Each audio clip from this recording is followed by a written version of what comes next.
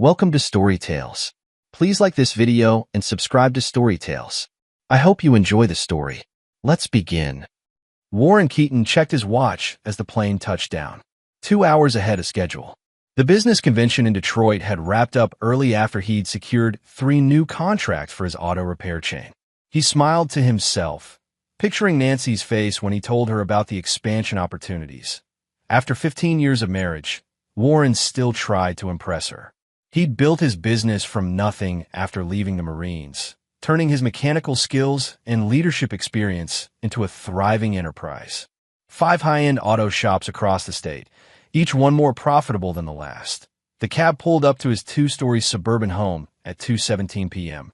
Warren paid the driver, grabbed his luggage, and walked up the familiar pathway. Strange.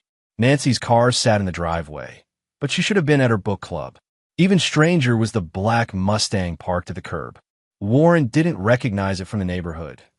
He unlocked the front door quietly, years of Marine training making his movements automatic. The house seemed unusually still. A half-empty wine glass sat on the coffee table. 2 glasses, actually. Warren set his bags down and listened. A muffled laugh from upstairs. Then a man's voice. His body went cold, then hot. He moved up the stairs, careful to avoid the 3rd step that always creaked. At the top of the landing, he paused. Another laugh, distinctly Nancy's, followed by whispers. The bedroom door was partially open. Warren pushed it with his fingertips. Nancy lay in their bed, her body intertwined with a man's. They hadn't heard him, hadn't noticed his presence. Warren stood frozen, taking in every detail of the betrayal, his wife's manicured nails against the man's back, her wedding ring catching the afternoon light. Nancy, her head snapped up, eyes wide. Warren, she clutched the sheet to her chest. You're supposed to be in Detroit until tomorrow. I know. Warren's voice remained eerily calm. Military discipline kept his rage in check, compartmentalized and controlled. The man beside her sat up. Muscular, tan, with a neatly trimmed beard. Hey man, this isn't what it looks like. Warren raised an eyebrow. Really? Because it looks like you're in my bed with my wife. Nancy scrambled to wrap herself in the sheet. Warren, please. This is Jasper. He's my personal trainer. Clearly, Warren's jaw tightened. How long? Nancy looked at Jasper, then back at Warren. Does it matter? 6 months, Jasper offered, reaching for his pants at the foot of the bed. Warren nodded, processing the information like a tactical assessment. 6 months. While he'd been building their future, working late, taking business trips. I'll be downstairs, Warren said. You have 5 minutes to get dressed and get out of my house. Jasper stood, unexpectedly confident despite his nakedness. Actually, Nancy and I have been talking, and I think. Warren cut him off. 4 minutes, 50 seconds. He turned and walked downstairs, each step measured and precise. In the kitchen, he poured himself a whiskey and drank it in one swallow. The glass didn't shatter when he set it down. That impressed him. Nancy appeared in the doorway, hastily dressed, her makeup smeared. Jasper loomed behind her, hand on her shoulder. Warren, we need to talk, she said. There's nothing to talk about. You're having an affair. Nancy's expression hardened. I'm not happy, Warren. I haven't been for a long time. You seemed happy enough with the house, the cars, the vacations. It's not about money, she snapped. Jasper stepped forward. Look, Warren, can I call you Warren? Nancy and I have a connection. Something real. Warren stared at the man, noting details. Mid-40s. Gym owner, Nancy had mentioned. The type who specialized in bored, wealthy wives. Get out of my house. Dad. All 3 adults turned toward the voice. Monica stood in the hallway, home from college for the weekend. Her eyes darted between them, settling on her mother. Mom? What's going on? Nancy rushed to her daughter. Nothing, honey. Just a misunderstanding. Your mother's having an affair, Warren said bluntly. I came home early and found them in bed together. Monica's face registered shock, then something else calculation. She glanced at Jasper, then back at her parents. Is that true, Mom? Nancy took her daughter's hands. It's complicated, sweetheart. Your father and I, we've grown apart. Warren watched his daughter's expression change as she processed this information. He had always seen himself in Monica, her determination, her intelligence. Now, he saw only Nancy's influence as Monica squeezed her mother's hands. "Are you okay, Mom?" Monica asked, ignoring her father completely. Warren felt something crack inside him. His own daughter, siding with her mother without hesitation. "I'm calling a hotel," Warren said, pulling out his phone. "We'll discuss separation details tomorrow." Nancy exchanged a look with Jasper. "Actually, Warren, I don't think that's necessary." "What are you talking about?" Nancy straightened, suddenly confident. "This is my home, too. I'm not leaving. You can't be serious." "Mom's right," Monica said, stepping beside her mother. "You're the one who's upset. Maybe you should go." Warren looked between the three of them, his wife, his daughter, and the stranger who had invaded his life. Something in their unified front sent a warning signal through his body. He'd seen this formation before in combat. An ambush. "Fine," he said finally. "I'll go. For tonight." As he packed a bag, Warren heard them talking downstairs, voices low but animated. Family photos watched him from the dresser, vacations, graduations, anniversaries. 15 years of what he now realized was an illusion. When he came downstairs, Monica was crying in Nancy's arms while Jasper made coffee in the kitchen as if he belonged there. "I'll call you tomorrow," Warren told Nancy. She nodded, not meeting his eyes. That might be best. As Warren walked out the door, he didn't know it would be the last time he'd enter his home as himself. The hotel room felt sterile and empty, much like Warren's thoughts as he stared at his phone. 3 days had passed since he'd discovered Nancy's affair. 3 days of unanswered calls to both Nancy and Monica. 3 days of growing unease. His phone rang his attorney, Michael Barnes. "Warren, where the hell have you been? I've been trying to reach you." "What's going on, Mike? You need to come to my office." Now, 20 minutes later, Warren sat across from Mike, reading the restraining order with disbelief. Domestic violence? This is insane. I've never laid a hand on Nancy. Mike pushed a folder toward him. They have evidence. Photos of bruises, medical reports, witness testimony. It's all fake. Fabricated. Maybe, but it's convincing. There's more, Warren. Mike's expression darkened. Nancy has petitioned for emergency control of all marital assets, citing fear for her physical safety and financial well-being. Warren stood, pacing the office. "She can't do that. The business is mine. I built it from nothing. It's a marital asset. You've been married 15 years. No prenup. This is a setup. Can't you see that? Her and that gym owner, they planned this." Mike sighed. "The judge granted the petition this morning. Your accounts are frozen. The business operations temporarily transfer to Nancy's control." Warren felt his world tilting. On what grounds? Monica's testimony was the clincher. The words hit Warren like a physical punch. "Monica testified against me?" Mike nodded grimly. "Said she'd witnessed you being physically intimidating toward Nancy on multiple occasions. Said she was afraid for her mother's safety." Warren collapsed back into the chair. His own daughter. The betrayal cut deeper than anything Nancy could have done. "I need to talk to Monica. Make her understand." "You can't. The restraining order includes her." Warren rubbed his temples. "This can't be happening. I've lost my wife, my daughter, my home, my business all in 3 days. I'm going to fight this, Warren. But it will take time. Time for what? For them to strip me of everything else? Just stay at the hotel. Don't contact either of them. Don't go near the house or the business. We need to play this by the book." Warren stood to leave, his military bearing the only thing keeping him upright. "Call me the minute you have news." 2 days later, Warren's key card stopped working at the hotel. His credit cards were declined. His accounts emptied. Desperate, he drove to his flagship auto shop. Thomas, his operations manager for 8 years, met him at the entrance.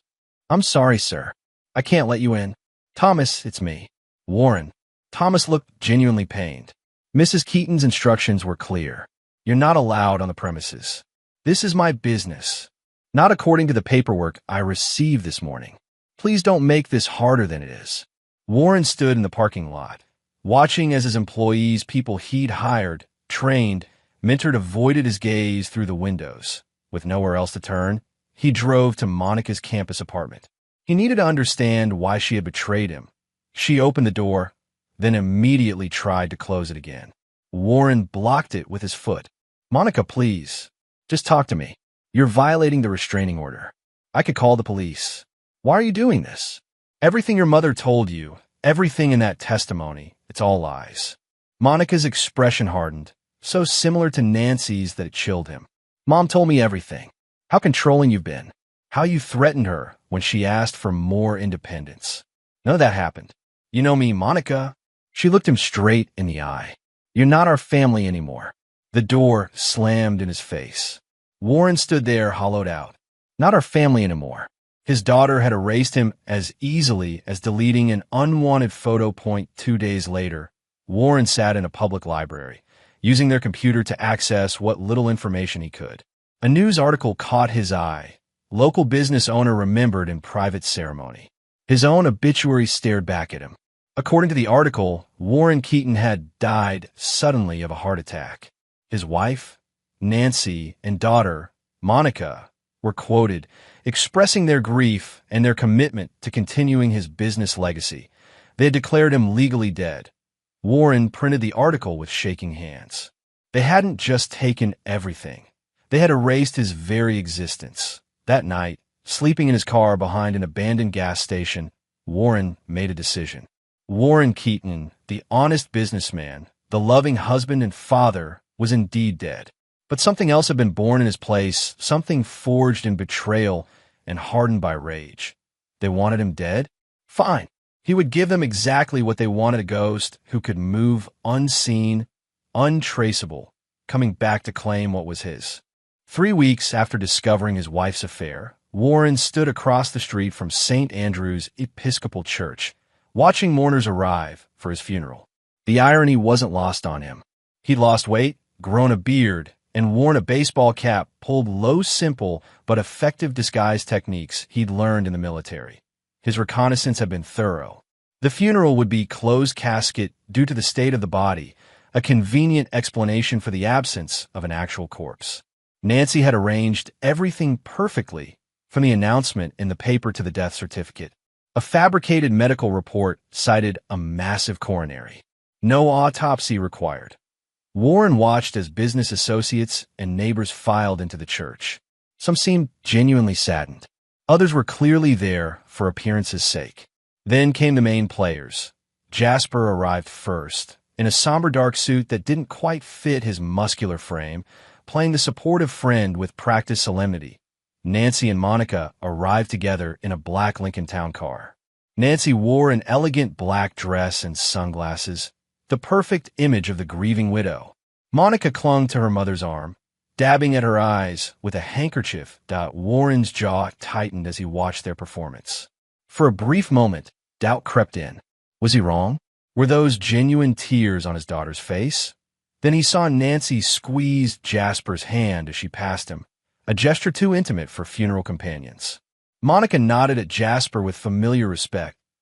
And no, Warren wasn't wrong. This was all theater. He waited until the service was underway before crossing the street. The church doors opened silently as he slipped inside, taking a position in the back row. From there, he could see everything. Nancy and Monica in the front pew, Jasper directly behind them, the large photo of Warren displayed next to the empty casket.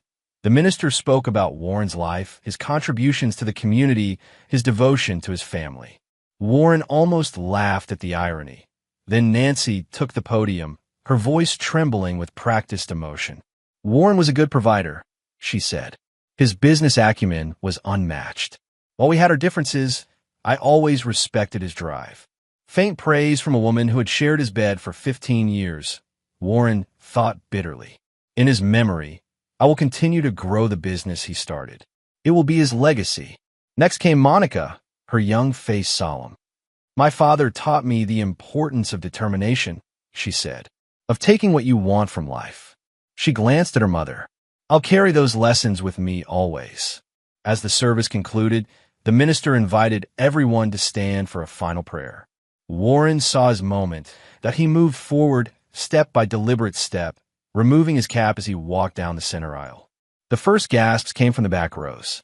Then a ripple of shock moved through the congregation like a wave. Nancy looked up from her prayer book, irritated by the disruption. Her eyes met his, and the blood drained from her face. "Warren," she whispered, loud enough for those nearby to hear, that Monica's head snapped up. She swayed on her feet, grabbing the pew for support. That Jasper's reaction was the most telling. He immediately stepped backward, looking for an exit. Warren continued his measured walk until he stood at the front of the church, facing his wife, daughter, and lover. "Did you really think I was that easy to kill?" he asked, his voice carrying in the stunned silence that Nancy's mouth opened and closed, no words emerging. Monica made a small, frightened sound. Jasper turned to run, but Warren's next words stopped him. "I wouldn't leave if I were you, Jas. The police might be interested in how a man can die of a heart attack without having a body." Chaos erupted. People rose from their seats, confused and alarmed. Some rushed for the doors. Others pressed forward, staring at Warren as if seeing a ghost. Nancy recovered first, years of deception serving her well. "Warren, you're alive. It's a miracle." She moved to embrace him, but Warren stepped back. "Save it, Nancy." He turned to address the confused congregation. "I apologize for disrupting this service. As you can see, reports of my death have been greatly exaggerated." The minister approached cautiously. "Mr. Keaton, is it really you? In the flesh?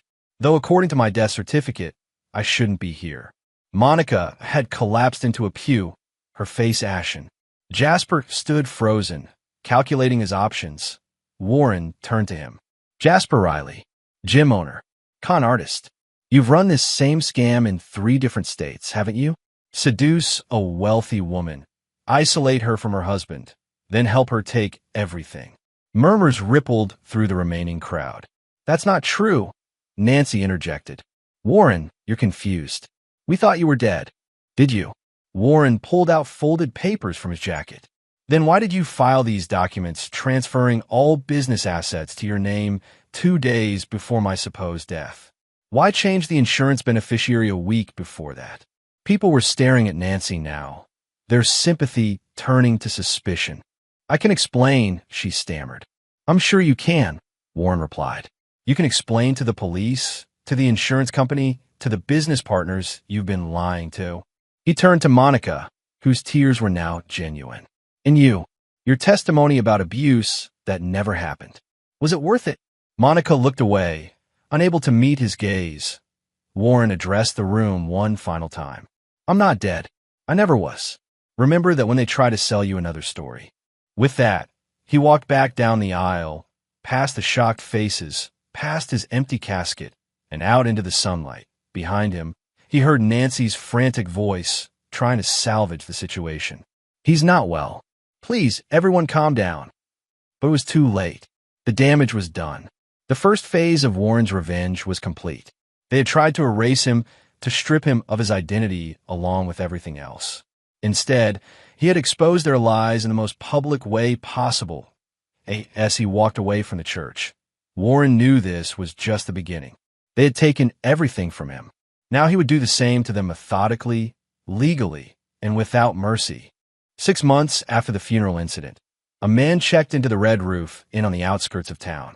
He paid cash, presented identification in the name of William Kent, and requested a room at the back of the property.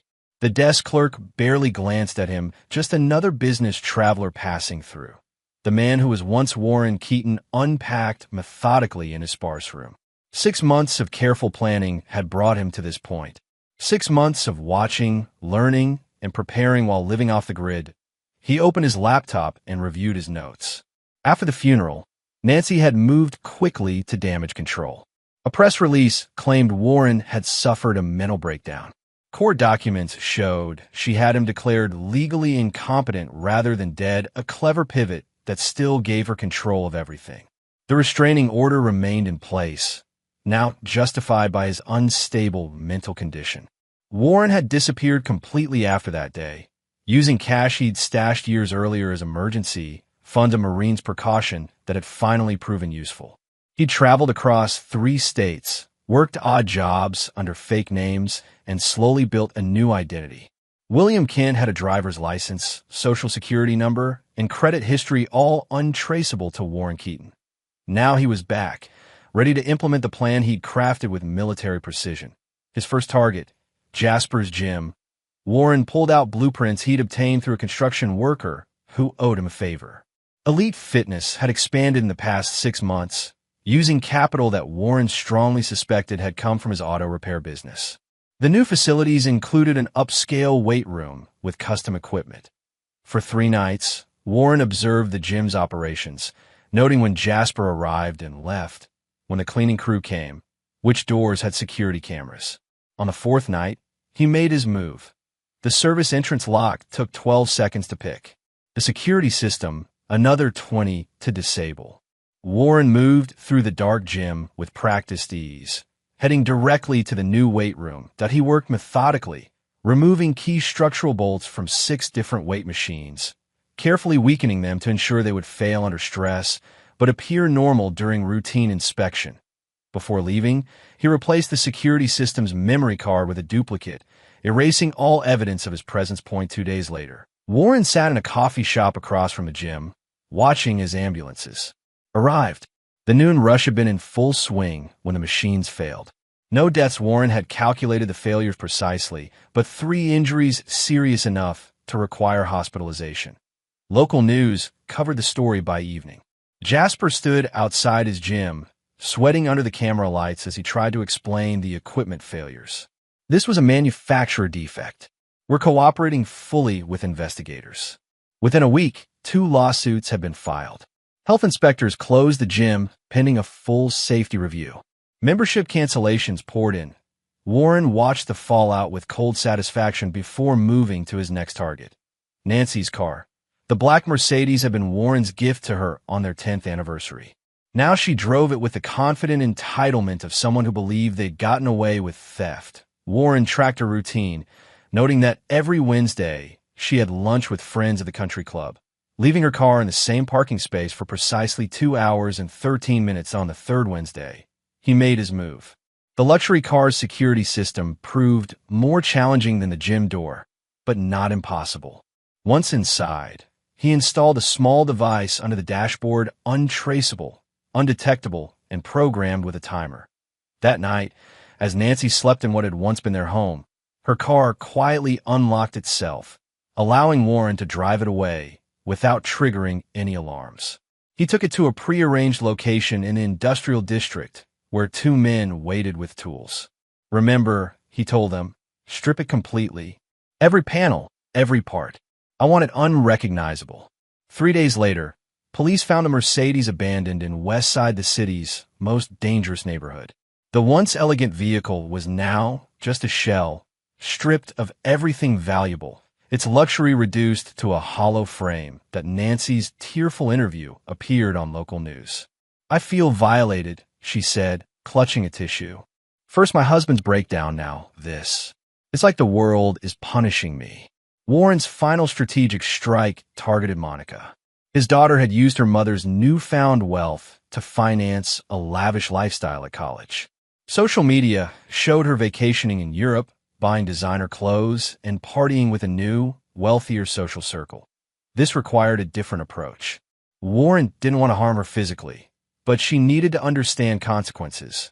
Using his new identity, he employed a series of legal financial maneuvers. First, he identified the weaknesses in Monica's banking arrangements accounts. Nancy had set up with minimal security to give Monica easy access to funds. Through carefully constructed chargebacks, contested transfers, and strategic reports of suspicious activity, Warren systematically drained Monica's accounts. Not stealing the money that would be illegal, but freezing the funds, tying them up in bureaucratic investigations that would take months to resolve. Within 48 hours, Monica Keaton went from wealthy college student to effectively broke.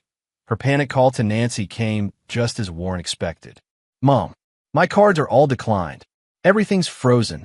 From his surveillance position near Nancy's house, Warren watched through binoculars as Nancy paced her living room, phone to her ear. "What do you mean, suspicious activity? That's impossible." Nancy's voice carried through the open window. "Don't worry, sweetie.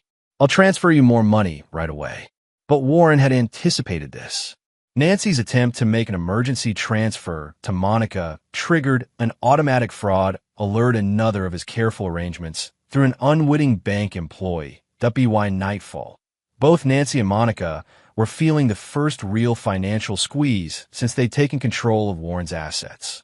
It wasn't enough to bankrupt them, not yet, but it was enough to create the first cracks in their confidence. Warren returned to his motel room, marked 3 items complete on his checklist, and began preparations for Phase 2. The physical disruptions had served their purpose. Now it was time for psychological warfare. Warren studied the photographs on his motel room wall. Jasper leaving the gym, Nancy shopping downtown, Monica returning to her dormitory. Each image captured during Warren's weeks of surveillance, each one a piece in his psychological operation. Military intelligence had taught him that the mind was more vulnerable than the body. Physical attacks could be defended against, but psychological warfare could break even the strongest target from within. He started with Jasper. The gym owner had managed to reopen Elite Fitness after 3 weeks of repairs and inspections, though membership had dropped by 30%. Jasper had taken to sleeping in his office some nights, working frantically to salvage his business reputation. On one such night, Warren silently entered the darkened gym. He stood over Jasper's sleeping form, taking several photographs with a professional camera. The flash never activated, unnecessary with his specialized equipment. The next morning, Jasper found an envelope slipped under his office door. Inside was a photo of himself, asleep on his office couch, taken from directly above. No message, no demands, just the unsettling evidence that someone had stood over him while he slept. Warren watched from his car as Jasper burst from the gym entrance, scanning the parking lot with wild eyes. The man spent the next hour checking locks and security cameras, finding nothing. 3 days later, another photo appeared, Jasper brushing his teeth in his apartment bathroom. A week after that, Jasper eating dinner alone at his kitchen table. Warren never included notes or demands. The photos themselves deliver the message: you are being watched.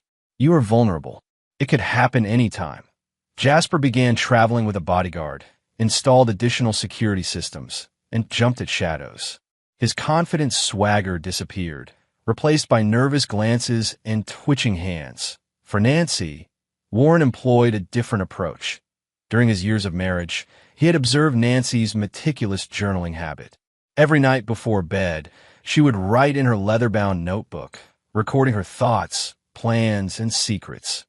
Warren had taken several of these journals during his last visit to the house. Now he put them to use. Using Nancy's distinctive handwriting as a guide, he practiced until he could create a perfect forgery. Then he began his campaign. Nancy found a first message on her bathroom mirror one morning: "I know what you did." Written in her own handwriting, with her own lipstick, she dismissed it as a prank from Monica, who occasionally stayed at the house. But Monica denied any involvement. 3 days later, another message appeared on Nancy's desk at the auto shop headquarters: "They'll find out soon." Again, in her handwriting. The third message was found by her assistant, a page apparently torn from Nancy's journal detailing plans to embezzle company funds. The handwriting was perfect, the paper identical to Nancy's current journal, but she had never written those words. "Someone's trying to frame me," she told Jasper during a tense dinner at her house. Warren, listening through the directional microphone he'd planted in the garden, heard the rising panic in her voice. "It has to be Warren," Jasper replied. "He's trying to mess with our heads." "But how? How is he getting into my house, my office? How does he know my schedule? We should go to the police." Nancy's bitter laugh carried clearly through Warren's headphones. "And tell them what? That my legally incompetent ex-husband, who I tried to declare dead, is leaving me messages in my own handwriting? They'll think I'm as crazy as they think he is." Their relationship was showing signs of strain. Jasper stayed less frequently at Nancy's house. Nancy questioned Jasper's commitment. The fortress they had built with Warren's money was developing cracks from within. For Monica, Warren designed a more sophisticated form of psychological pressure. First, her credit score plummeted overnight, the result of Warren's careful manipulation of financial records. Then came the rumors at school. Warren created fake social media accounts and planted whispers that Monica's family money had suddenly disappeared, that she was cut off, that her mother's business was under investigation. Nothing direct, nothing traceable, just enough to make her social circle question her status. The effect was immediate. Invitations stopped. Friends became distant. The elite group that had welcomed her based on her apparent wealth now avoided her, fearing financial contamination. That Monica's desperate calls to Nancy increased. "Mom, everyone's saying we're broke, that your business is failing." "It's not true, honey. Everything's fine." "Then why are my accounts still frozen? Why is my credit card declined everywhere? I was humiliated at dinner last night." Warren listened to these conversations with complex emotions. Part of him regretted causing his daughter pain, but the larger part remembered her words at his funeral, her testimony that had helped destroy him. "You're not our family anymore." She had made her choice. Now she would live with the consequences. The police investigated, of course. Nancy filed reports about harassment, suspicious activities, potential stalking. But Warren had been careful. No fingerprints, no witnesses, no direct threats, nothing that could be traced back to him or his new identity. After 3 weeks of psychological operations, Warren observed the results. Jasper had lost 15 pounds and developed insomnia. Nancy had started drinking heavily. Monica had withdrawn from several classes, her academic performance crumbling under the stress. They were vulnerable now, suspicious of each other, questioning their own security. Time for the final trap. Warren sat in a booth at the back of Mulligan's bar, nursing a club soda that looked like a gin and tonic. The dimly lit establishment catered to a rough crowd, the perfect place for the meeting he had arranged. Across from him sat Victor Reyes, a contact from Warren's military days who had chosen a different path after discharge. Victor's criminal connections made him perfect for this phase of the plan. "You understand this can't come back to me," Warren said quietly. Victor nodded. "Of course not. As far as Riley's concerned, this is just a business opportunity. Happens to be illegal, but he won't know I have any connection to you." Warren slid an envelope across the table. "Here's everything you need." His financial records show he's desperate for cash flow since the gym incidents. He'll be receptive to alternative income sources. And if he isn't, he will be. Warren's certainty came from weeks of observation. Jasper was drowning, the gym failing, Nancy becoming increasingly demanding, creditors calling. "Just make sure the meeting happens at the location I specified and that the evidence is irrefutable." Victor pocketed the envelope. "Consider it done." 2 days later, Jasper received a call from a friend, suggesting a business opportunity. Significant cash for minimal risk. Just a meeting, no commitment. The rendezvous point was a warehouse in the industrial district. Unknown to Jasper, every inch of the building was under Warren's surveillance. Warren watched from a monitoring station he'd set up in a van across the street. Multiple camera feeds showed Jasper arriving, nervous but trying to project confidence. Victor introduced himself using a false name, then laid out the proposition, using the gym as a front for money laundering. Clean cash for a percentage. The gym's financial problems would disappear overnight. "I don't know, man." Jasper hesitated. "That's heavy stuff." "Just think about it," Victor replied smoothly. "Here's a small advance to show our commitment." He handed Jasper a bag containing $50,000 in cash. The money was marked. Another detail Warren had arranged. Jasper's resistance crumbled at the sight of so much cash. "Let me talk to my partner." "Partner? My girlfriend. She controls most of our assets." Warren smiled coldly at the monitor. Jasper would take the bait to Nancy. Perfect. That night, Warren intercepted their conversation through the bugs he'd planted in Nancy's house. "It's a solution to everything," Jasper argued. "The gym gets cash flow. Your businesses have another channel for profit." "It's illegal, Jazz," Nancy countered. "If we get caught, we won't. These guys are professionals." "I don't know. What choice do we have? Your ex-husband has been systematically destroying everything. The business is suffering. Monica needs money. This solves our problems." Warren listened as Nancy's resistance weakened. "Let me think about it." While they deliberated, Warren implemented the next phase. He created a detailed financial trail showing that Jasper had already begun laundering money through the gym, fabricated but convincing evidence that he'd been doing this even before meeting Victor. Simultaneously, he planted evidence on Nancy's computers, suggesting she knew about the operation and was diverting funds from the auto repair business, skimming profits. Creating fake expenses, building a hidden nest egg, he made sure each would find the other's secret. Nancy discovered Jasper's apparent betrayal first. While using his laptop to check email, she found spreadsheets detailing money movements from their shared accounts to offshore holdings in Jasper's name only. Jasper, meanwhile, found documents on Nancy's tablet revealing her plans to take their money and disappear to South America without him. Both discoveries were Warren's fabrications, but they appeared genuine, especially to people already primed to distrust. The confrontation happened exactly as Warren had calculated. Nancy accused Jasper of stealing from her. Jasper countered that she was planning to abandon him. Their argument escalated until neighbors called the police. When officers arrived, they found Nancy and Jasper in a physical altercation. During the subsequent investigation, police discovered the marked cash from Victor's advance, along with the fabricated evidence of money laundering and fraud. Both were arrested on multiple charges. Warren watched the news coverage from his motel room, satisfaction coursing through him as Nancy and Jasper were led away in handcuffs. Their mugshots appeared side by side on the screen, Nancy's careful makeup absent, Jasper's confident smile replaced by a scowl. His phone rang. "Monica," he answered without speaking. "Dad." Her voice was small, broken. "Is that you?" "Yes." "They've arrested Mom.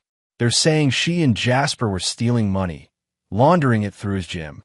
I saw the news." A pause. "Did you do this?" Warren considered lying, then decided against it. "They did it to themselves, Monica. I just created the opportunity. Everything's gone. The house is being seized.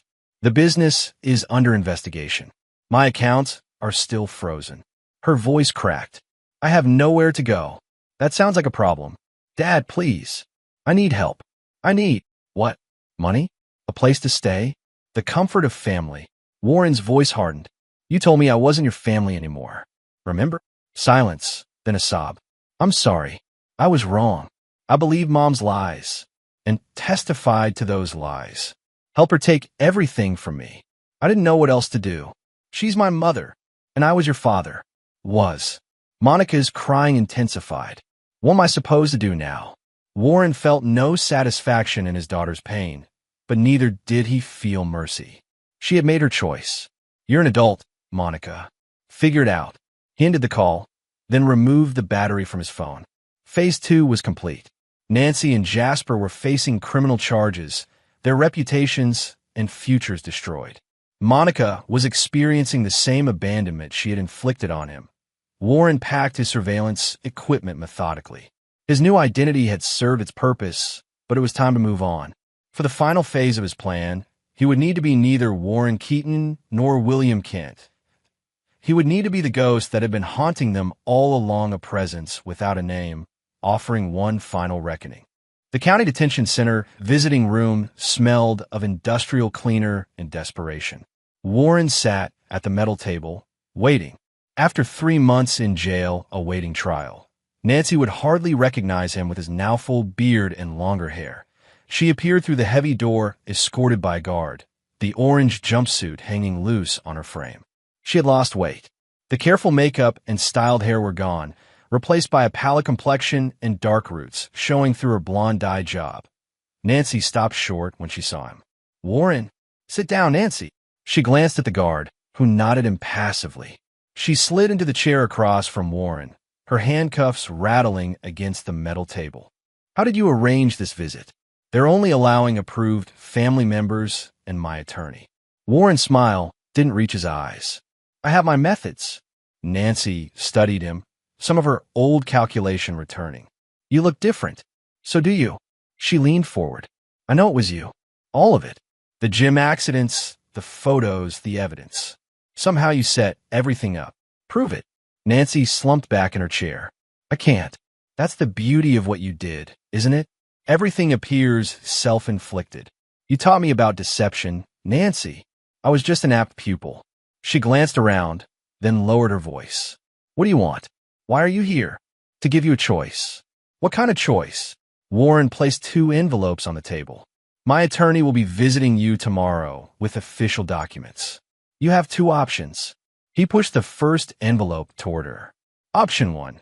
You sign a full confession admitting that you and Jasper conspired to frame me, fake my death, and seize my assets. You return everything you took, down to the last penny. In exchange, I'll arrange for the most serious charges against you to be dropped. And then what? I'll still serve time for fraud. Yes, probably 3 to 5 years. When you're released, you'll have a small amount of money waiting enough to start over far away from here. Nancy eyed the second envelope. And option 2, you refuse to sign. You fight the charges. You claim innocence. What happens then? Warren's expression hardened. Then I release everything I have on you. Not just the fraud and money laundering. Everything. The affairs before Jasper. The money you stole from your parents before they died. The prescription drug abuse. The offshore accounts I've already identified. Nancy's face paled further. You can't prove any of that. Can I? You'd be surprised what people reveal when they think no one is watching. What they keep records of. What they hide in storage units registered under their mother's maiden name. Her eyes widened, slightly confirmation that Warren had indeed found her secret storage unit. You go to prison for 20 years minimum. Nancy, you'd be in your 60s when you got out, with nothing and no one. Nancy's hands trembled. You've thought of everything. I had plenty of time to plan while sleeping in my car after you took everything from me. She tried another angle. What about Monica? She's your daughter. Monica made her choice. She's not part of this negotiation. She needs me. She's struggling without. Warren cut her off. Don't pretend you care about her welfare now. You used her against me. You manipulated her into betraying her own father. Whatever happens to her now is as much your doing as mine. Nancy stared at the envelopes. When do I have to decide? Tomorrow, when my attorney visits. He'll have the papers ready. Warren stood. This is your last chance, Nancy. The only one you'll get. As he turned to leave, Nancy's voice stopped him. I loved you once. Did you know that? At the beginning. Warren looked back at her. No, you love what I could provide. Security. Status. There's a difference. And you're providing all this now. She gestured at the room, her handcuffs. Because you loved me. No, because you tried to destroy me. There's a difference there, too. Nancy's expression shifted. A glimpse of the woman who had so carefully orchestrated his downfall. She rose suddenly, lunging across the table at him with her handcuffed wrists raised like a weapon. You smug bastard. You think you've won? You think you can control everything? The guard rushed forward, restraining her as she struggled and screamed. Warren didn't flinch. He watched with cold detachment as Nancy was forced back in her chair, still cursing him. I'll see you destroyed, she shouted as the guard called for backup. I'll make sure you never. No. Warren said quietly. You won't. He nodded to the guard. We're done here. As Warren walked away, Nancy's screams followed him down the corridor, diminishing with each step until they were just a fading echo. Like her power over him. Like her presence in his life. In the parking lot. Warren took a deep breath of fresh air. One down. One choice presented. He already knew what Nancy would choose. Despite her outburst, she was practical. She would take the deal, accept the lighter sentence, disappear when released. She would survive diminished, humbled, but alive. More than she had planned for him. Now it was time to deal with Monica. The diner on Highway 16 had seen better days. Cracked vinyl booths, laminated menus with faded photos, fluorescent lights that buzzed overhead. It was the kind of place Warren would never have taken Monica in their previous life. Now, it was where she had asked to meet him. She was already there when he arrived, sitting in the farthest booth, a cup of coffee cooling in front of her. Warren almost didn't recognize her. Gone were the designer clothes and carefully styled hair. This Monica wore jeans with a plain t-shirt. Her hair pulled back in a simple ponytail. 3 months of reality had changed his daughter in ways that 20 years of parenting hadn't. She looked up as he approached, dark circles under her eyes. Dad! Warren slid into the booth across from her, noting how she flinched slightly at his presence. Monica! A waitress approached. Warren ordered coffee. When she left, the silence between father and daughter stretched uncomfortably. Monica broke first. Mom took the deal. Her attorney told me yesterday. I know. She'll be transferred to a minimum security facility next week. 3 years with good behavior. Warren nodded. Better than she deserves. Monica's hands tightened around her coffee cup. Jasper didn't get offered a deal. No, they're saying he'll get 15 years minimum. Multiple charges. Also better than he deserves. Monica looked directly at him for the first time. And what do I deserve, Dad? What's my punishment? Warren studied his daughter, seeing both the child he had raised and the stranger she had become. That depends. On what? On whether you've learned anything from all this. The waitress returned with Warren's coffee. He thanked her, added cream, stirred deliberately while Monica watched. I've learned plenty, Monica said after the waitress left. I've learned that I trusted the wrong parent. That Mom used me. That everything I thought I knew about our family was a lie. That's a start. I've also learned how it feels to have nothing. To be nobody. Her voice cracked slightly. I dropped out of college. Couldn't afford it anymore. I'm working here now. Waiting tables. Warren glanced around the diner. Here. Monica nodded. Afternoon shift. 4 days a week. It barely covers my rent for a room in a shared house. Quite a change from your apartment near campus. Yeah. She stared into her coffee. I hope you might help me. That's why I called. Warren took a sip of his coffee, letting the silence build again. Every muscle in his body wanted to reach out to comfort his daughter. But that father was dead, replaced by a man who understood the cost of betrayal. Why should I help you, Monica? Give me one reason. Because I'm your daughter. The same daughter who testified that I abused her mother? Who helped declare me dead? Who looked me in the eye and said I wasn't family anymore? Monica flinched at each accusation. I was wrong. I know that now. Being wrong has consequences. I've suffered plenty of consequences already. I lost everything. So did I, Warren replied calmly. The difference is I didn't deserve it. Monica's eyes filled with tears. What do you want from me? An apology? Fine, I'm sorry. I was stupid and selfish, and I believed Mom's lies because it was easier than questioning her. Easier and more profitable. She looked away. Yes, that too. Warren studied his daughter, remembering the toddler who had once run to him with skinned knees, the child who had insisted he check under her bed for monsters, the teenager who had made him proud with her determination and intelligence. All gone now, replaced by this broken young woman who had helped destroy him. I'm not going to help you, Monica. Her head snapped up. What? You made your choice. Now live with it. But I have nothing. Nowhere to go.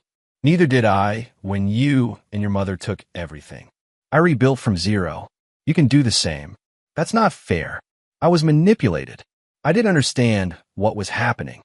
Warren's expression hardened. You were 20 years old, not a child. You knew right from wrong. You chose wrong. Monica's tears spilled over. Please, Dad. I need help. I can't do this on my own. Yes, you can. And you will. Warren finished his coffee and placed a $20 bill on the table. Consider this your first lesson in self-reliance. He stood to leave. Monica grabbed his arm. Don't leave me like this. Please. For a moment, Warren hesitated. Some part of him, the father who had taught her to ride a bike, who had cheered her soccer games, wanted to relent, to give her another chance. But that would teach her nothing. You have youth, health, and a job. That's more than most people start with. More than I had after you and your mother were finished with me. We'll never have a relationship again? Is that what you want? Warren carefully removed her hand from his arm. What I want doesn't matter anymore. What matters is that actions have consequences. You're experiencing yours. So you're just going to walk away? After everything we meant to each other, you walked away first, Monica. At my funeral, remember? With that, Warren turned and left the diner, ignoring Monica's sobs behind him. Each step was heavy, fighting against the pull of paternal instinct. But he kept walking in the parking lot. He paused, looking back through the window. Monica sat slumped in the booth, face in her hands. For a moment, he almost turned back. Then he remembered her testimony against him. Her cold eyes as she said, "You're not our family anymore." Warren got into his car and drove away, leaving his daughter to face the world she had helped create.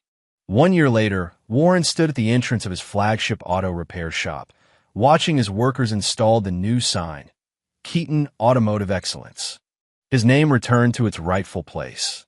The legal battle to reclaim his identity and assets had been complex but successful. Nancy's signed confession had been the key, unlocking everything else. The business had suffered under her mismanagement, but Warren had expected that. Rebuilding would take time, but he had proven he could start from nothing once. This was simpler. Thomas, his operations manager, approached with a tablet displaying financial projections. "We're looking at full recovery within 18 months, Mr. Keaton." Faster than expected. Warren nodded, scanning the numbers. "Add another technician for the Henderson location.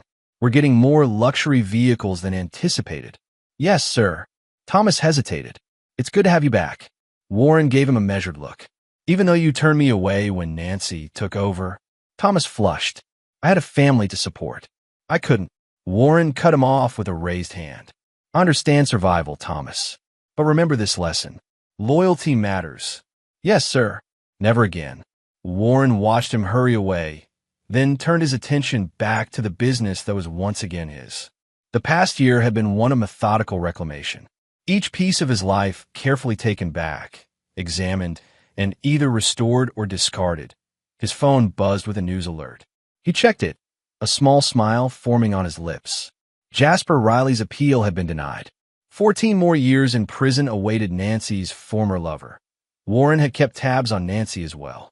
Currently in her second year at Meadowbrook Minimum Security Facility, she had attempted to form alliances with other inmates, only to be isolated when they discovered the nature of her crimes. Even in prison, betrayal had a price. As for Monica, Warren put away his phone and walked toward his office. The monthly envelope sat on his desk, updates from the private investigator he'd hired to monitor his daughter from distance. He didn't help her, didn't contact her, but he watched. Some paternal instinct refused to be completely severed. He opened the envelope and reviewed the report. Monica was still working at the diner, now promoted to shift supervisor. She had enrolled in night classes at the community college. Her apartment was small but clean, in a decent neighborhood. She was dating a mechanic from a local garage. She was surviving, building a life without wealth or privilege, learning the value of work and independence. Warren filed the report away with the others. Perhaps someday, when she had fully understood the lessons of consequence and responsibility, there might be reconciliation. But not yet. Perhaps not ever. His phone rang his attorney. "The paperwork is finalized, Warren. The death certificate has been officially invalidated. You're legally alive again, with all rights restored." "Thank you, Mike. What about the insurance investigation?" "Closed. Since you didn't actually die, and Nancy has taken full responsibility for the fraud, they've dropped all inquiries against you." Warren ended the call and walked to the window, looking out at the business he had built twice now. His reflections stared back at him, older, harder, but unbroken. He had lost everything: wife, daughter, business, identity, and clawed his way back through strategic planning, controlled revenge, and unyielding determination. Nancy had chosen betrayal and lost. Jasper had chosen greed and lost. Monica had chosen the easy path and lost. Warren had chosen survival at any cost. And as he turned back to his desk, ready to continue rebuilding his empire, Warren whispered the words that had driven him through his darkest days. Dead men don't forgive. The living didn't always forgive either. But they did move forward, carrying their scars as reminders of battles survived, of lessons learned through blood and tears. Warren Keaton was very much alive, and that was victory enough.